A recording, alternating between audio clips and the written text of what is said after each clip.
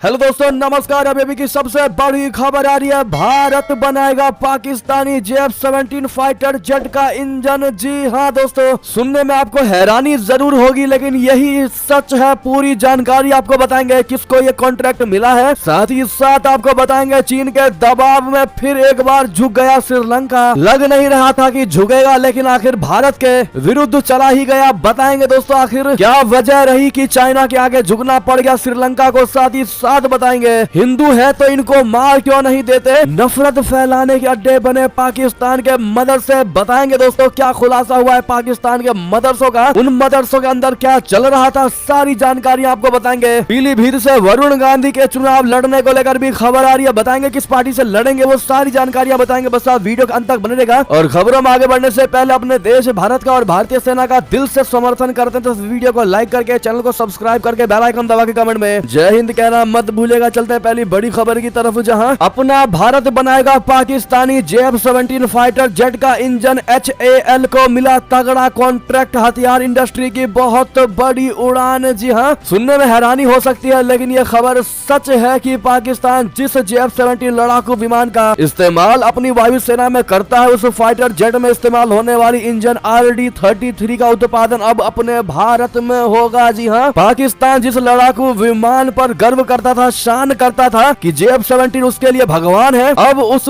लड़ाकू विमान का इंजन अपना भारत बनाएगा। जी हाँ, रिपोर्ट के मुताबिक रशिया के साथ हुए समझौते के बाद अब भारत में जल्द ही RD-33 इंजन का निर्माण शुरू होगा। अभी तक जिस स्वदेशी फाइटर विमानों के इंजन का भारत में निर्माण होना किसी चुनौती से कम नहीं लग रहा था, वो अब हकीकत में होता दिखाई दे रहा है। जी हाँ, रिपोर्ट के मुताबिक रशिया के साथ मिलकर भारत जिस RD-33 इंजन का निर्माण करेगा, ये इंजन भारतीय वायुसेना, इंडियन एयरफोर्स के MiG-29 में लगाए जाएंगे, जिनसे इन फाइटर जेट्स की क्षमता में इजाफा होने के साथ साथ इनकी लाइफ लाइन भी बढ़ जाएगी। जी हाँ, पाकिस्तान ने चीन से JF-17 थंडर फाइटर जेट खरीदा था और इस फाइटर जेट में RD-33 इंजन लगाया गया है, जिसे चीन ने रशिया से खरीदा है। JF-17 लड़ाकू विमान का निर्माण पाकिस्तान एरोनॉटिकल कॉम्प्लेक्स और चीन के चेंगदू एयरक्राफ्ट कारपोरेशन ने संयुक्त रूप से किया है, और यह फाइटर जेट सिंगल इंजन वाला हल्का बहुउद्देश्य लड़ाकू विमान है। ऐसे में यह भारत के लिए बहुत बड़ी खुशखबरी की खबर है दोस्तों। वाकई में हथियार इंडस्ट्री की बहुत बड़ी जीत है। भारत में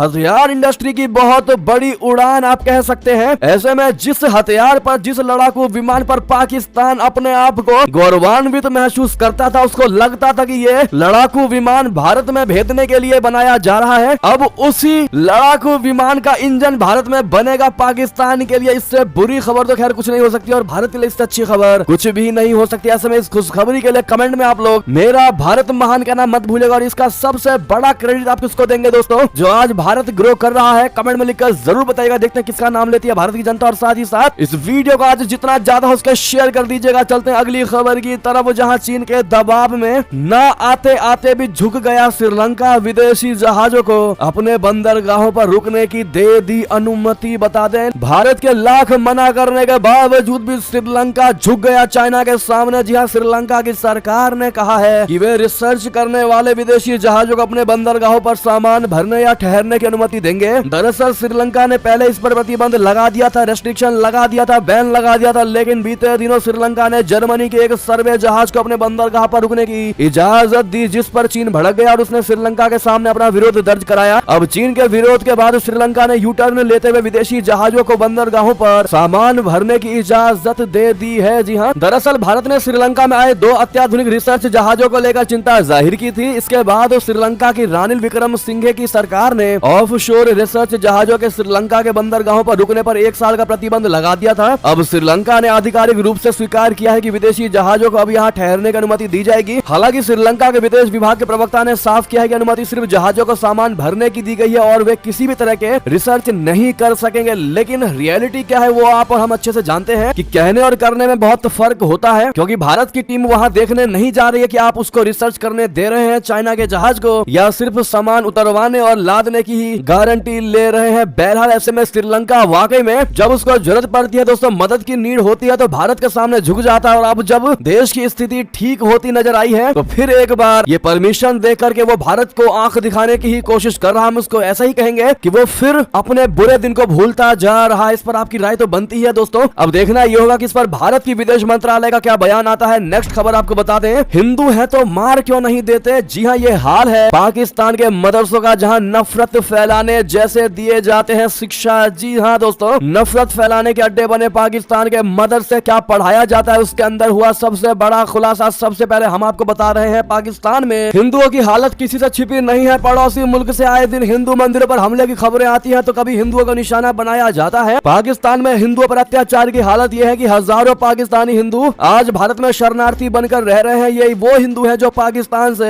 एक बार भारत पहुंचे तो दोबारा लौटकर वापस नहीं आए। पाकिस्तान में हिंदुओं पर अत्याचार की वजह क्या है, इसका जवाब अब मिल गया है। जी हाँ, दरअसल इसकी नींव पाकिस्तान के मदरसे से है, जहाँ पर नफरत की ट्रेनिंग दी जाती है। पाकिस्तान के मदरसों में पढ़ने जाने वाले बच्चों को छोटी से ही उम्र में नफरत का पाठ पढ़ाया जाता है। दोस्तों आपको बता दें, पाकिस्तानी पत्रकार इमरान शफकत यूट्यूब पर टेलिंग विद इमरान शफकत नाम से अपना चैनल चलाते हैं, जिसमें वो पाकिस्तान के पत्रकारों के और एकेडमिक जगत के लोगों के साथ चर्चा करते हैं। ऐसे ही एक कार्यक्रम के दौरान एक आए गेस्ट ने पाकिस्तान की हैरान कर देने वाली सच्चाई बताई थी। इस शो में पाकिस्तान के पूर्व प्रधानमंत्री इमरान खान की पूर्व पत्नी रेहम खान भी मौजूद थी। कार्यक्रम में पाकिस्तानी पत्रकार इमदाद सुमरो ने पाकिस्तान में दूसरे धर्म के लोगों से नफरत की वजह पूछी गई, तो उन्होंने बताया कि इसकी सबसे बड़ी वजह पाकिस्तान के स्कूलों में है। इमदाद सुमरो ने बताया कि मेरे बच्चे जब स्कूल से आते हैं तो अजीब सवाल करते हैं। एक बार मेरे बच्चे ने पूछा कि अब्बू हमारे यहाँ हिंदू है। मैंने जवाब दिया कि हाँ, मेरे दोस्त भी हैं जो मेरे यहाँ आते हैं। इसके बाद मेरे बच्चे ने कहा कि मेरे स्कूल में कहते हैं कि अगर आपके सिंध में हिंदू है तो उन्हें मार क्यों नहीं देते। मैं स्कूल के प्रिंसिपल के पास तक गया और उनसे कहा कि आप लोग ये क्या कर रहे हो, आप लोग इस बच्चे को ये क्या सिखा रहे हो। इस पर कोई एक्शन नहीं लिया गया। इमदाद ने आगे कहा कि मुद्दा यह है कि बच्चों की उम्र जो होती है उसमें कोई बात उनके अंदर भर जाती है, इसीलिए ये देखने की जरूरत है कि उन्हें सिखाया क्या जा रहा है, क्योंकि उसके तो मन में भरा हुआ है कि ऐसा करोगे तो तुम्हें जन्नत मिल जाएगा। उन्होंने कहा कि ये तब तक खत्म नहीं होगा जब तक ऐसे अपराधियों को हमारी सरकार अपना मानना बंद नहीं करेगी। बहरहाल दोस्तों, ये सबसे बड़ा खुलासा हुआ है पाकिस्तान के मदरसों का, जहां अल्पसंख्यक समुदाय खासकर हिंदू समुदायों को लेकर द्वेष की भावना बढ़ाई गई है। सिखाया जा रहा है कि हिंदू है तो उनको मार दिया करो। जी हाँ, ऐसे में आपकी राय, आपका जवाब तो बनता ही है। दोस्तों नेक्स्ट खबर की बात करें, जहां जंग से थक चुका यूक्रेन अब आया भारत की शरण में। इंडिया आ रहे यूक्रेनी विदेश मंत्री, संघर्ष विराम पर होगी बात। जी हाँ, रशिया और यूक्रेन की जंग जारी है। यूक्रेन रशिया पर अब लगातार पलटवार भी कर रहा है, लेकिन ताकतवर रशिया इस जंग में 21 ही साबित हो रहा है। ताकतवर रशिया से लगातार जंग के बीच यूक्रेन शांति चाहता है। इसी बीच जंग से घबराया यूक्रेन भारत की ओर आशा से भरी निगाहों से देख रहा है। यही कारण है कि यूक्रेनी विदेश मंत्री भारत की यात्रा पर आ रहे हैं। इस दौरान संघर्ष विराम पर चर्चा हो सकती है। मीडिया रिपोर्ट्स के अनुसार यूक्रेन के विदेश मंत्री दिमित्रो कुलेबा इस महीने के अंत में भारत यात्रा पर आ रहे हैं। उनकी ये यात्रा राष्ट्रीय सुरक्षा सलाहकार अजीत डोभाल के अपने यूक्रेन के टॉप अफसर एंड्री यरमक से फोन पर हुई बातचीत के कुछ दिनों बाद होने वाली है। जी हाँ, इसी बीच आपको ये भी बता दें कि प्रधानमंत्री नरेंद्र मोदी जी और रशिया के राष्ट्रपति पुतिन ने फोन पर यूक्रेन को लेकर चर्चा किया है। जी हाँ दोस्तों, ये सबसे बड़ी जानकारी निकलकर सामने आ रही है। प्रधानमंत्री नरेंद्र मोदी ने रशिया के राष्ट्रपति व्लादिमीर पुतिन को 5वीं बार राष्ट्रपति बनने पर बधाई दी है। उन्होंने कहा कि भारत और रशिया के बीच साथ काम करने को लेकर सहमति बनी है। पीएम मोदी ने कहा कि आने वाले वर्षों में भारत और रशिया के विशेष एवं विशेषाधिकार प्राप्त रणनीतिक साझेदारी को और प्रगाढ़ बनाने की दिशा में प्रयास किए जाएंगे। तो वहीं रूसी राष्ट्रपति व्लादिमीर पुतिन और भारतीय प्रधानमंत्री नरेंद्र मोदी के बीच में यूक्रेन को लेकर भी चर्चा की गई है। इसकी जानकारी क्रेमलिन ने दी है। जी हाँ, साथ ही साथ आपको ये भी बता दें, राष्ट्रपति बनने के बाद कम्युनिस्ट नेता ने पुतिन से कहा सबसे पहले चीन के दौरे पर जाएं, कॉमरेड जिनपिंग आपका इंतजार कर रहे हैं। जी हाँ दोस्तों, यूक्रेन से युद्ध के बीच व्लादिमीर पुतिन एक बार फिर रशिया के राष्ट्रपति बने। अब ऐसे में पुतिन ने दोबारा राष्ट्रपति बनते ही चीन जाने की इच्छा जताई है। सही सुना आपने। पुतिन का कहना है कि वो अपने नए कार्यकाल के दौरान सबसे पहले विदेश यात्रा के तहत चीन जाने पर विचार करेंगे। कहा यह जा रहा है कि पुतिन मई में चीन जा सकते हैं, जहां वो चीन के राष्ट्रपति शी जिनपिंग से मुलाकात करेंगे। रशिया की सरकारी न्यूज एजेंसी तास का कहना है कि इस संबंध में मंगलवार को हुई बैठक में कम्युनिस्ट पार्टी के नेता जेनेडी जुगानोव ने पुतिन से अपने पहले विदेशी दौरे के लिए चीन को चुनने की सलाह दी है, ओपिनियन दिया है, सजेशन दिया है। बहरहाल क्या पहली विदेशी यात्रा पर चाइना जाना पुतिन के लिए ठीक रहेगा दोस्तों, या बिल्कुल नहीं? कमेंट में सुझाव दीजिएगा आप लोग। साथ ही साथ अगली खबर बता दें, तालिबान ने डुरंड लाइन पर तबाह कर दिया बॉर्डर पोस्ट, देखती रह गई कायर पाकिस्तानी सेना। अब क्या करेंगे शहबाज शरीफ? बता दें, अफगानिस्तान में तालिबान के सत्ता में आने के बाद सबसे ज्यादा खुश पाकिस्तान ही दिखाई दे रहा था। पाकिस्तान के लोग इसे एक धार्मिक जीत और अमेरिका की हार के तौर पर देख रहे थे, लेकिन अब तालिबान पाकिस्तान के लिए मुसीबत बनता जा रहा है। अफगानिस्तान और पाकिस्तान के तनाव के बीच तालिबान ने बॉर्डर पर लगी बाढ़ उखाड़ फेंकी है। इसके अलावा तालिबान ने पाकिस्तानी सेना की एक बॉर्डर पोस्ट को तबाह कर दिया है। तालिबान से जुड़े अकाउंट्स ने एक वीडियो शेयर किया है। बता दें कि पख्तिका सीमा बेल्ट पर यह पोस्ट बनी थी, जिसको तबाह कर दिया गया है। दरअसल पाकिस्तान का कहना है कि तालिबान लगातार आतंकियों को शरण दे रहा है और ये आतंकी पाकिस्तान के खिलाफ काम करते हैं और इसी इसी वजह से पाकिस्तान ने सोमवार को अफगानिस्तान में एयर स्ट्राइक की थी और अब इस जवाब में तालिबान की ओर से पाकिस्तानी सेना पर फायरिंग की गई। दोस्तों पूरा का पूरा बॉर्डर पोस्ट ही तबाह कर दिया गया। ऐसे में पाकिस्तान को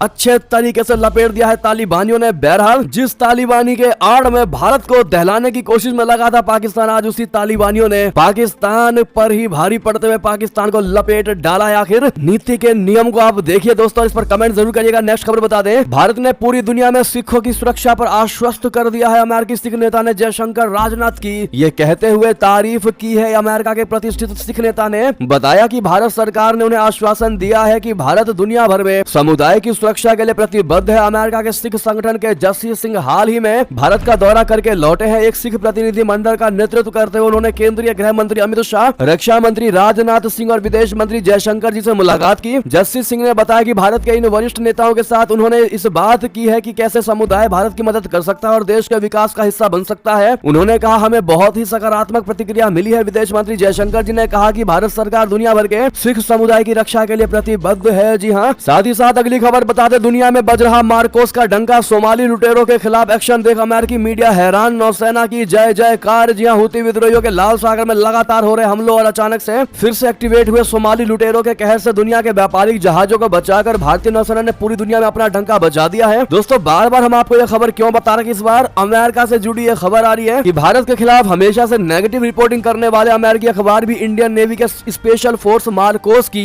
अब तारीफ में कसीदे गढ़ रहे हैं और अमेरिकी एक्सपर्ट ने माना है कि भारतीय नौसेना के स्पेशल कमांडोज मार्कोस दुनिया की सबसे बेहतरीन फोर्स है। जी हाँ, अमेरिकी एक्सपर्ट का कहना है कि भारतीय नौसेना ने पिछले हफ्ते सोमालिया के तट पर समुद्री डाकुओं से एक वाणिज्यिक जहाज को जिस तरह से बचाया है, उससे पता चलता है कि कैसे दिल्ली की सेना ने दुनिया के कुछ सर्वश्रेष्ठ स्पेशल फोर्स के बराबर क्षमताएं विकसित कर ली है। जी हाँ, ऐसे में आप भी दोस्तों मार्कोस कमांडो को कांग्रेचुलेशन कहना मत भूलिएगा इस बड़े उपलब्धि के लिए और साथ ही साथ ऑल द बेस्ट जरूर कहिएगा फ्यूचर ऑपरेशंस के लिए। अगली खबर बता दें, पीएम शहबाज शरीफ के लिए मुसीबत बनी अमेरिका की रिपोर्ट, पाकिस्तान चुनाव में अनियमितताओं की बात हुई उजागर। जी हाँ, पाकिस्तान में 8 फरवरी को हुए चुनाव में पूर्व पीएम इमरान खान की ओर से लगाए गए धांधली के आरोपों पर अमेरिका ने भी मुहर लगा दी है। इससे पीएम शहबाज शरीफ की मुश्किलें बढ़ सकती हैं। हालांकि पाकिस्तान ने पहले ही अमेरिका या किसी अन्य तीसरे पक्ष को अपने आंतरिक मामलों में दखल नहीं देने की नसीहत दे दी थी, मगर अमेरिकी की इस रिपोर्ट से अंतर्राष्ट्रीय मंच पर पाकिस्तान की छिछालेदर होनी तय मानी जा रही है। दोस्तों आपको बता दें कि अमेरिका ने पाकिस्तान में 8 फरवरी को हुए आम चुनावों में अनियमितताओं को उजागर करते हुए नकदी संकट से जूझ रहे इस देश के लोकतांत्रिक संस्थानों को मजबूत करने और आतंकवादी खतरों का मुकाबला करने के लिए सहयोग करने की चुनावों के बाद पाकिस्तान में लोकतंत्र के भविष्य की जांच और अमेरिका पाकिस्तान संबंध विषय पर सुनवाई कर रही है। तो वहीं पाकिस्तान तहरीक इंसाफ के संस्थापक पर उसी गोपनीय दस्तावेज के दुरुपयोग के आरोप में मुकदमा चल रहा है। अगली खबर की बात करें, जहां पर लोकसभा चुनाव 2024 से पहले जेएपी का कांग्रेस में विलय, पूर्णिया से चुनाव लड़ेंगे पप्पू यादव। बता दें, बिहार की सियासत से बहुत बड़ी खबर सामने आई है। जाप प्रमुख पप्पू यादव की एंट्री महागठबंधन में हो गई है। पप्पू यादव की पार्टी जन अधिकार पार्टी का कांग्रेस में विलय हो गया है, जिससे पहले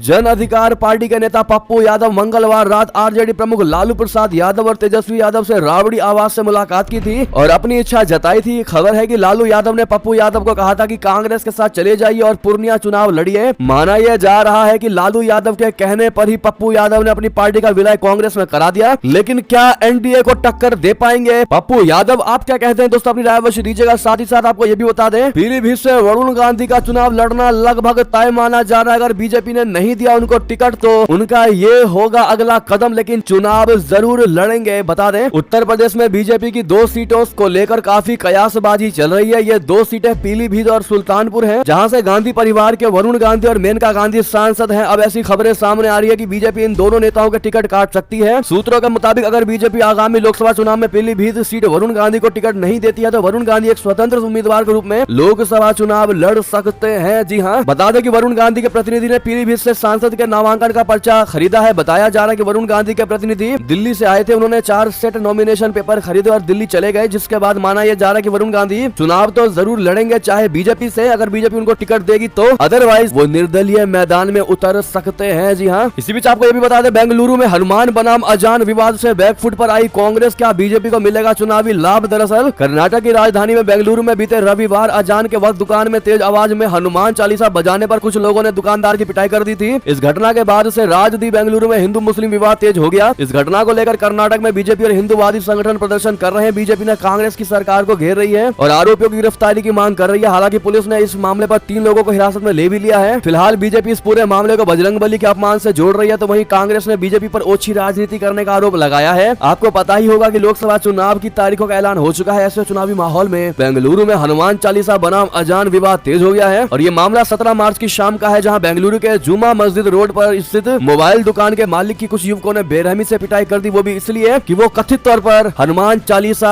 का भजन सुन रहे थे। बहरहाल इस पर आपकी राय तो बनती ही है दोस्तों। ऐसे में ये टीवी की सारी बड़ी खबरें आपको हमारी खबर कैसी लगी, आशा करता हूँ बहुत अच्छी लगी होगी। अगर थोड़ी भी अच्छी लगे तो इस वीडियो को दोस्तों, भाइयों में, साथियों में, रिश्तेदारों में शेयर अवश्य कर दीजिएगा और अभी कर दीजिए इस वीडियो को लाइक, चैनल कर दीजिए सब्सक्राइब, बेल आइकन दबाइए, साथ ही कमेंट बॉक्स में लिख दीजिएगा जय हिंद जय भारत। और यहाँ तक बने रहने के लिए आप सभी का बहुत बहुत धन्यवाद।